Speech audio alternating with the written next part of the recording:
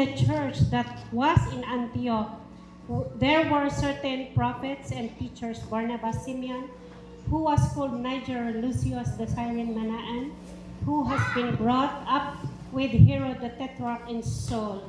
As they ministered to the Lord and fasted, the Holy Spirit said, "Now separate to me Barnabas and Saul for the work of which I have called them."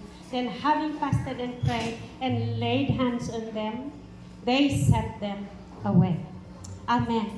So saan nga ni Pastor Sandy, ni Pastora Grace tinangpili kanya dayo, nadigat ni Holy Spirit. Amen. Pero as your pastor, sa kanila kayo mag-submit, isuda iti senior pastor yo, saan niya man iti idala ni Holy Spirit kanya yo, let them know, ipakamu yo kadatak mo iti support na iti prayers and their blessings will always be upon you. Amen. So kasi ti aramidon te we're going to lay hands on them, tay send out tayo daida, ijay mapananda, ng mangikarga ni Apo Dios kadwada. Amen. So salamat Pastor Sandy, Sister Julia, Pastor Grace for raising up disciples nga nagbalindan itatanga pastor. Madayon ni Apo Dios, and of course thank you for your lives.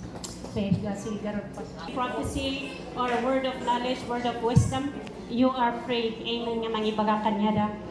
Father, iti sangwanam itata, Lord, we are sending away, O Apo Dios, through the power of your Holy Spirit. Ngayon tinangpili, kini Roshan, ni Divina, iti pamilyada, O Apo Dios, nga mangitakdo iti arabid mo, Ama, iti pangipatulodam kadakwada, as they stay, O Lord, in their mother church, the Abatan. I pray, Father, for your blessing, O God, for your anointing, for the wisdom that comes from you, the knowledge and understanding, nga magapuken ka, O Apo Dios, nga umay, kadakwada, kaiso iti armasda, nagtinasasaong, ampong armasda, nga mapat, ay iti pangipatalodam kadakwada.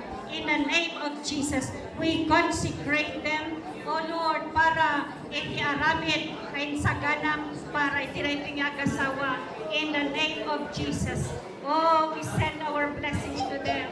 In the name of Jesus Christ, in Jesus' name. In Jesus' name. Thank you, Lord. Thank you, Lord.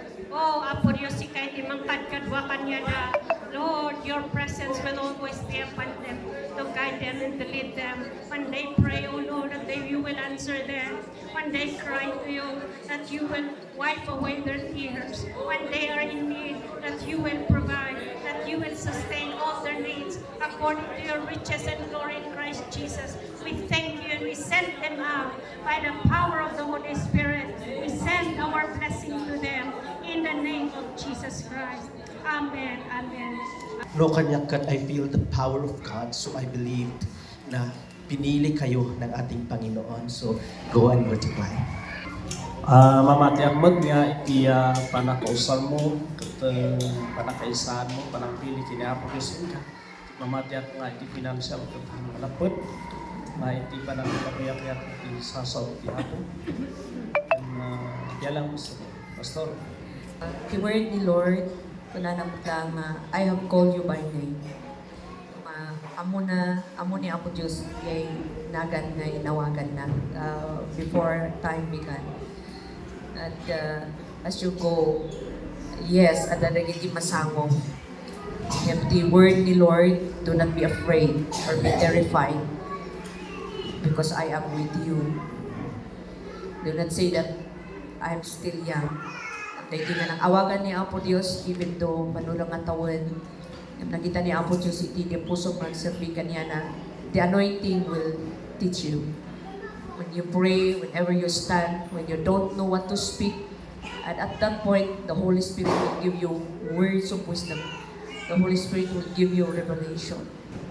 Jay, presence lang ni Apo Diyos, prayer, yung word na God is equipping us there, ijay presence na. So, God bless you, iti adam ay panag-respond to you. And I see fruitful years. I see more families that will be ushered to the Lord. So be faithful and take courage. Amen. While praying for them, I saw two mountains, big mountains, but there's a light rising up. So I believe that I saw the design na ag-rise up ng light in this world. Sister, bali nga suka ko elder, iti iti asawa na nga, bali nga pastor, iso na katumakder, iti sasabi ako Diyos, kumigsa iti pamati, mga ikat iti bain, kan iso na nga ikat katulungan, kan silaw, iti pamilya na, kan iti congregation na, pastoral na. Amen.